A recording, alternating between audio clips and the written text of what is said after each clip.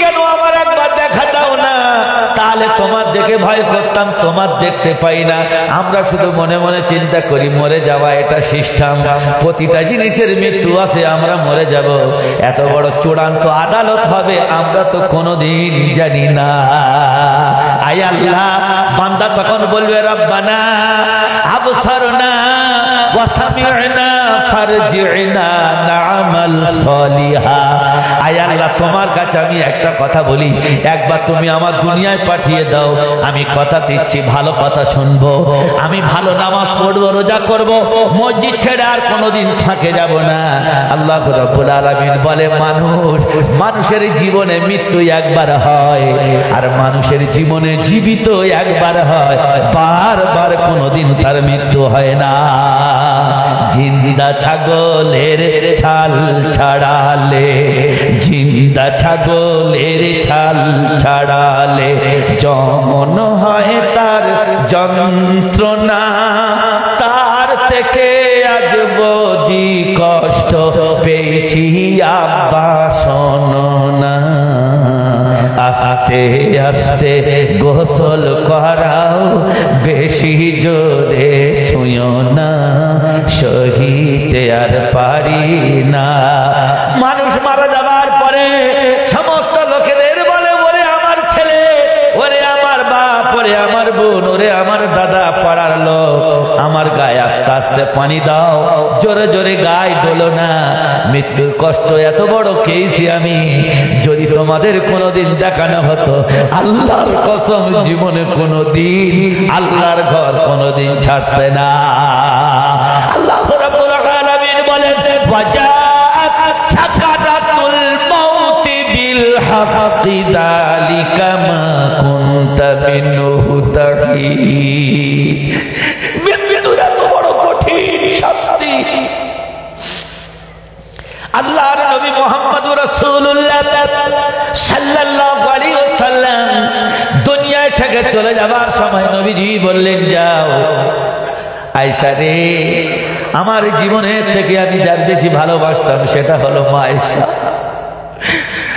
আয়েশা তুমি যাও, আমার জীবন, আমার কলিজার টুকরা, আমার তিনটি বেটা, আমি তাদের বড় করতে পারলাম না, তারা মারা গেছে, কিন্তু আমার কলিজার টুকরা আমার ফাতেমাকে আমার কাছে ডেকে দাও। নবী দুলালী নবীজির কাছে যখন পৌঁছালেন, পৌঁছে যাবার পর নবীজি অজ্ঞান হয়ে যায়, আবার হুঁশ ফিরে আসে, আবার মা আয়েশা ধরে বসান, নবীজির হাতটা জড়িয়ে ধরে মা আয়েশা কাঁদতেছে আর বলতেছে, হায় আল্লাহর নবী, আপনি যদি এত ভেঙে পড়েন আমাদের উপায় কি হবে? আপনি দয়া করে বলুন আপনার শরীরের কি অবস্থা আছে। আল্লাহর নবী আয়েশার আঁচলটা ধরে বলে, আয়েশা তোমার মুখটা তুমি আমার কাছে সরিয়ে দাও, আমি আর বেশিক্ষণ দুনিয়ায় নাই। ওরে আমার আয়েশা, তুমি আমার কলিজার টুকরা ফাতেমাকে তাড়াতাড়ি দেখে দাও, আমার মনে হয় অন্তিম সময় শেষ, আর মসজিদে নববীর দরজা খুলে দাও। এই সেই নামাজ, যে নামাজ প্রতিষ্ঠা করতে গিয়ে আবার একটা দাঁত ভালো ছিল না, কোমর ভালো ছিল না, বুকের হাড় ভালো ছিল না, এত মার মেরেছে, উবুড়ো হয়ে শুয়ে আছি, তার উপরে আমার মেরেছে। সেই রক্তাক্ত অবস্থায় আমি শুকনো খাজুর গাছের গোড়ায় বসেছিলাম, কিন্তু কাফেরেরা আমার উপরে দয়া করলো না, মেরার রোল তার উপরে চলেছে। ওগো আমার আয়েশা, আমার ফাতেমাকে আমার কাছে ডেকে দাও। নবী দুলালী মা ফাতেমা নবীজির মুখটা জড়িয়ে দেয়, বলে পিতা এই রকম কথা কেন বলছেন? বলে মা, সারা জীবনের মতো তোমার পিতার দেখে নাও, তোমার পিতা আর তোমার কাছে বেশি কথা থাকবে না। গলায় চুমো দিয়ে বলছে, আব্বা তুমি আমার ছেড়ে চলে যাবে, তবে আমার জান্নাতে যাওয়ার জন্য একটুখানি দোয়া করে দিন। নবীজি বলছে তখন, ওরে আমার ফাতেমা, আমি নবী কোনদিন তোমার জান্নাতের ফয়সালা করতে পারি না। ফয়সালা হলো আমার আল্লাহর হাত। স্বামীর খেদমত করো, নামাজে দাঁড়াও, তাহাজ্জুদ পড়ো, তুমি যদি আল্লাহর হুকুমগুলো মেনে নাও, আমি নবী না দোয়া করলেও আল্লাহ পাক তোমার জন্য জান্নাত খুলে রেখেছে। আমার ভাইরা আমার, আল্লাহর নবী মুহাম্মদুর রাসূলুল্লাহ হযরত আজরাইল পৌঁছালেন, নবীজির সালাম দিলেন, গায়ে হাত বুলালেন। নবীজির বুকে যখন হাত দিয়েছে, দেওয়ার সঙ্গে সঙ্গে নবীজি বলতেছে, বন্ধু আজরাইল, তোমার হাত এত ভারী, এত কঠিন,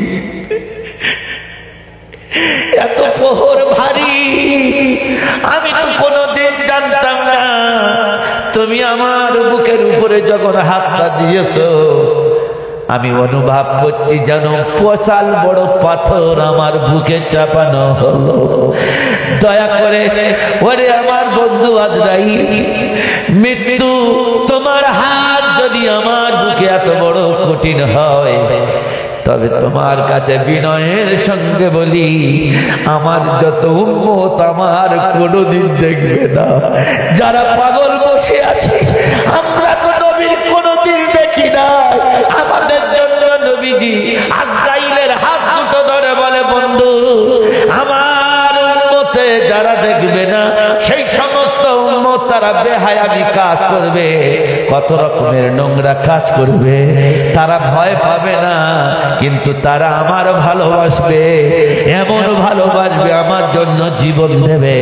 ওরে আমার আজরাইল, ওরে আমার ভাই, আমি তোমার কাছে একটা অনুরোধ করে বলি, সমস্ত উম্মতের মৃত্যুর কষ্টটা আমার উপর থেকে যেন হয়ে যায়।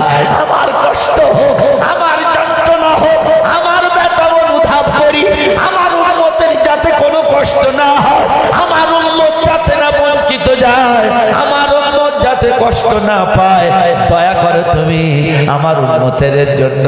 আমি সারা জীবন কোনোদিন গায়ে চাদর দিইনি, আমার উম্মতের জন্য মাথায় বালি দিইনি। মা খাদিজা বিধবা নারী, হযরত মা খাদিজার যখন বিয়ে করেছিলেন, আমার ভাইরা, মা খাদিজা রাদিয়াল্লাহু তাআলা আনহার 3টে স্বামী ছিল, 3টে স্বামী সব মারা গেছে। নবীজিকে বিয়ে করার আগে নবীজি বলছে, খাদিজা, তুমি তো আমার বিয়ে করবে এটা আমি জানি, তবে বিয়ে করার আগে আমার কুড়ে ঘরটা তুমি একটুখানি ঘুরে এসো। আমার বালিশ নাই, কাঁথা নাই, কম্বল নাই, হাড়ি নাই, কড়া নাই, চুলো নাই, কোনো কিছু নেই। আমি কোনোদিন খাই, কোনোদিন খাই না।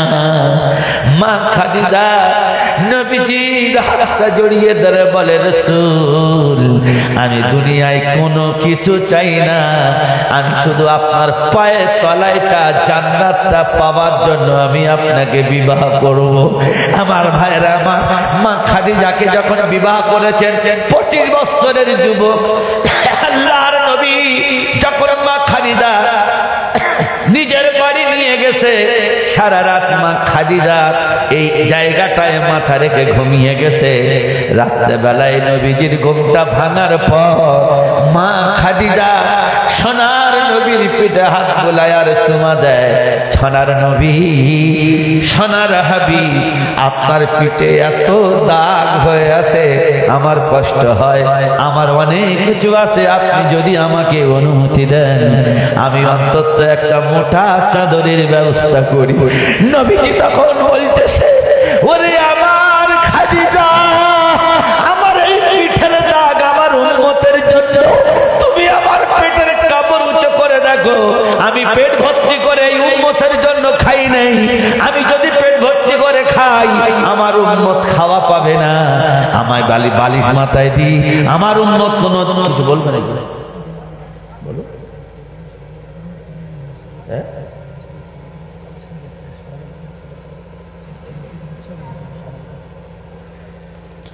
আমার ভাইয়ের, আমার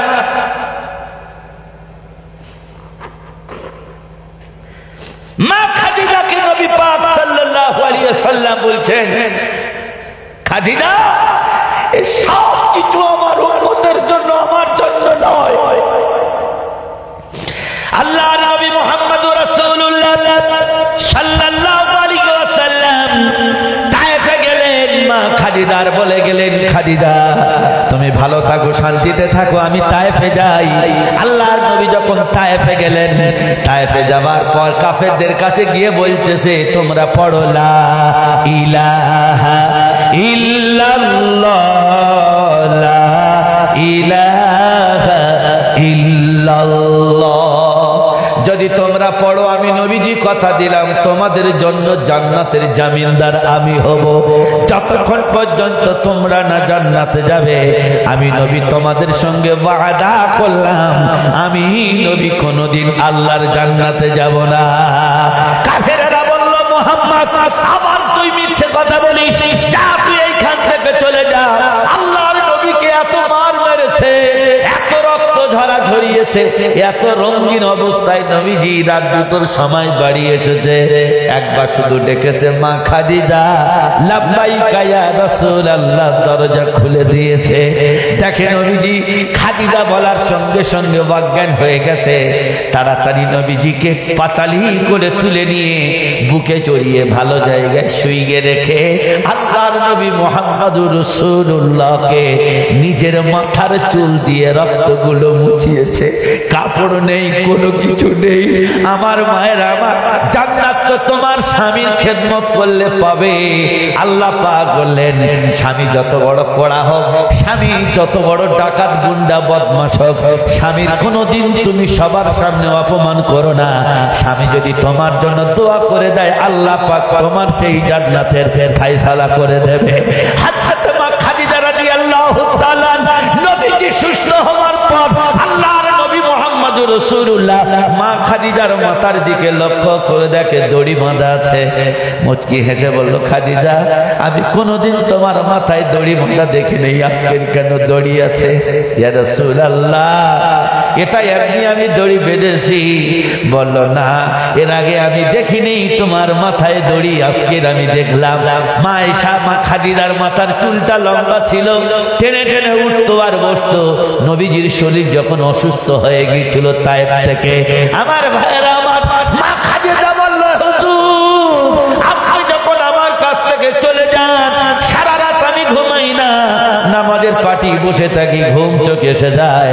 আমি দরজার ডান দিকে দাঁড়িয়ে থাকি, চোখে যখন ঘুম এসে যায় আমি মনে মনে করি, আমি কেমনে করে একা ঘুমাবো?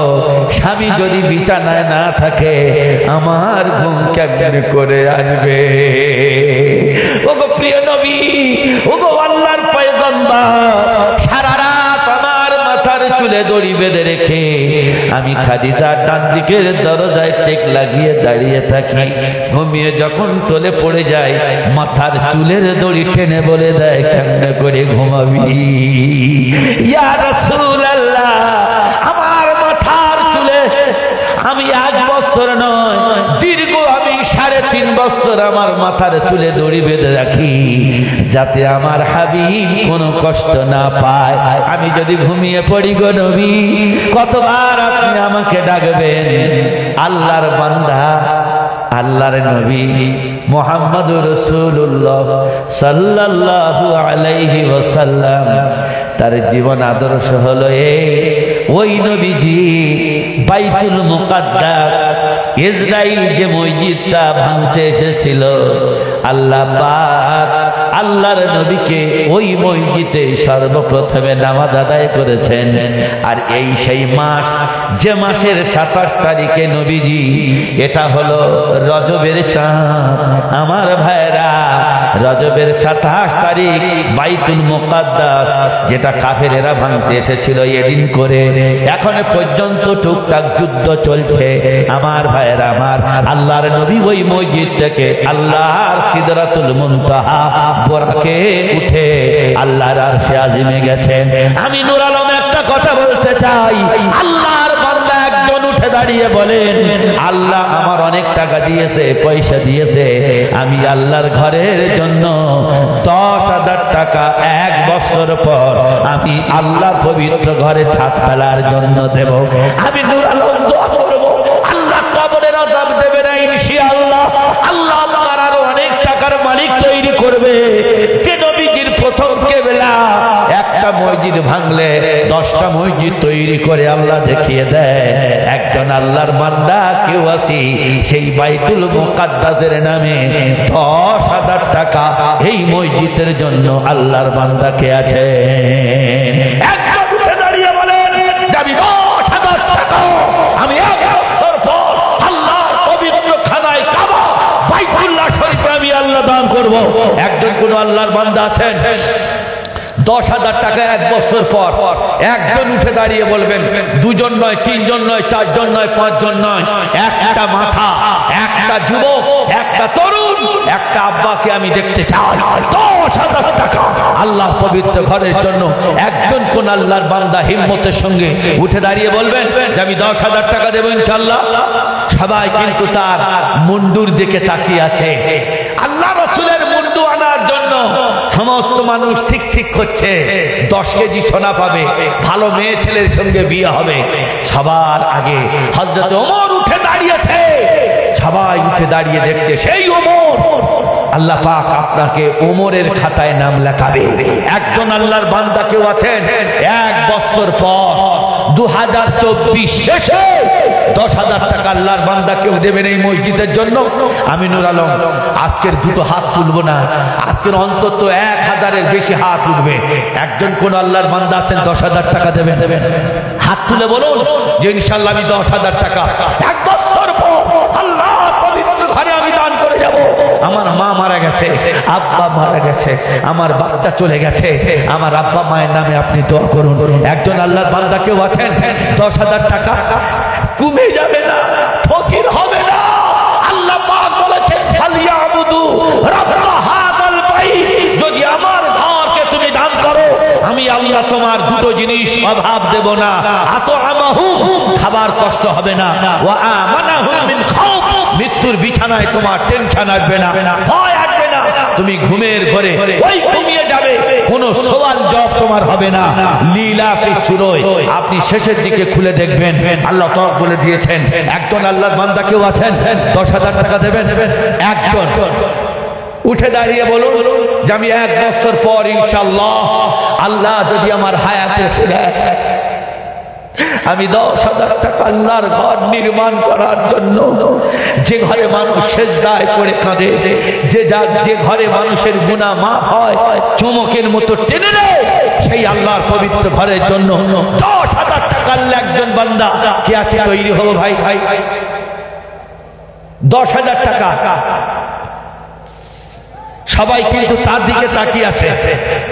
সর্বপ্রথমের হ্যাট্রিক কোন আল্লাহর বান্দা, কোন মুজাহিদ আছে, কোন ওমর আছে, কোন আবু বকর আছে, কোন উসমান আছে? দেখি 10,000 টাকা একজন আল্লাহর বান্দা 1 বছর পর 2024-এর শেষে আপনি দিয়ে যাবেন আল্লাহর পবিত্র ঘরের জন্য। একটা আল্লাহর বান্দা উঠে দাঁড়িয়ে বলবেন হিম্মতের সঙ্গে যে ইনশাআল্লাহ আমি তৈরি আছি 10,000 টাকা। একজন আল্লাহর বান্দা উঠে দাঁড়িয়ে হিম্মতের সঙ্গে বলবেন আল্লাহ জীবনে কোনোদিন মৃত্যুর সময় কাফনের কাপড় কম দেবে না। আপনি যখন ছেড়ে চলে যাবেন মাত্র 700-800 টাকার কাফনের কাপড় ছাড়া আপনার সঙ্গে অন্য কোনো জিনিস আপনার ছেলেরা কেউ দেবে না। বুকে বাঁধবে, কোমরে বাঁধবে, পায়ে গিট বাঁধবে, বেঁধে অন্ধকারে মাথার কাছে একজন আর পায়ের কাছে একজন তোমাকে নামিয়ে ওই শিয়ালের গালে রেখে চলে আসবে, ওই জঙ্গলে তোমাকে রেখে চলে আসবে। আল্লাহ জিজ্ঞাসা করবে আমার ঘরের জন্য তোর টাকা ছিল, তুই হাত তুলতে পারলি না রে মুসলমান। জান্নাত কোনদিন চোখে দেখা যায় না, আল্লাহ পাক তোকে স্বপ্নে দেখিয়ে দেবে জানি আল্লাহ পাক তোর এই জান্নাতটা দেব। একজন আল্লাহর মুখলেস বান্দা এমন কোন মা হারা সন্তানের মধ্যে নেই, এর মধ্যে এমন কোন আব্বা হারা, এমন কোন মা হারা নেই। 10,000 টাকা একজন আল্লাহ পবিত্র ঘরের জন্য একজন কেউ তৈরি হবে যে আমি 10,000 টাকা ইনশাআল্লাহ 1 বছর পর আমি 10,000 টাকা দেব। কোন ভাই আছে? এত মানুষ কোনো আল্লাহর বান্দা নেই? অন্তত 10,000 টাকা একজন উঠুন বিসমিল্লাহ বলে, আপনার দেখে আর একটা আল্লাহর বান্দা সেও তৈরি হবে। আমাদের দরকার, আমাদের উচিত। আল্লাহ বলেছেন রব্ব হাযাল বাইত আল্লাযী আত'আমাহুম, যদি তুমি আমার ঘর সাজাও, আমার ঘর ছাদ ঢালার জন্য তুমি যদি দাও, আমি আল্লাহ পাক আত'আমাহুম, খাবার অভাব হবে না। আলহামদুলিল্লাহ, নারায়ে তাকবীর। আপনারা আল্লাহু আকবার অন্তত বলুন। যারা কৃপণ হবে তারা কোনোদিন আল্লাহ বলবে না। জোরে বলেন নারায়ে তাকবীর, আরো জোরে বলেন নারায়ে তাকবীর। আলহামদুলিল্লাহ। আহারে সোনারে আব্বা কোনখানেতে ছিলে, আর থাকতে না পেরে বন্ধু চুপি চুপি দিলে। কবুল করো গো খোদা তুমি রহমান, আর মাফ করে দিও খোদা বাড়ায়ো সম্মান। ডান হাতে আমলনামায় গো আল্লাহ দিও, আর ফুল সিধা দুটো গতি পার করে দিও। ক্ষমা করে দিও খোদা তুমি রহমান, আর আমলনামা বড় করো বেহেশতে দিও স্থান। পিতা মাতার হায়াত আল্লাহ বরকত দিও, আর ক্ষমা করে দিগে আল্লাহ জান্নাতবাসী কো। সবাই বলেন আল্লাহুম্মা আমিন।